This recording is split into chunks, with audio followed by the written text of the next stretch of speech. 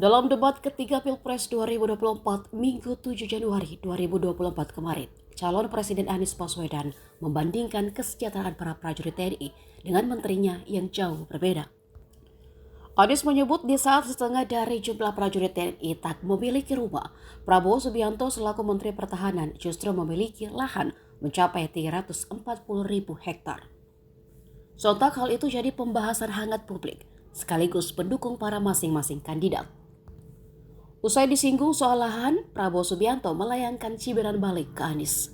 Dikutip dari Kompas.com, cibiran itu disampaikan Prabowo dalam sambutan di acara konsolidasi relawan seprovinsi Riau di Gor Remaja Pekanbaru pada Selasa 9 Januari.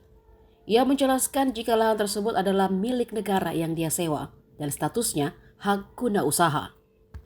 Sebab menurutnya daripada disewakan kepada asing, lebih baik kepada dirinya.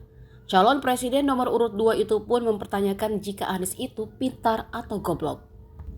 Seraya mengatakan jika lahannya berstatus hak guna usaha atau tanah negara yang sewaktu-waktu bisa diambil kembali oleh negara. Anies pun menurut Prabowo hanya memperlihatkan ketololannya membahas soal lahan. Prabowo juga sempat merevisi luas lahannya tersebut, yakni dari 340.000 hektar menjadi hampir 500.000 hektar. Tanah ini bukan urusan dia. Dia pintar atau goblok sih?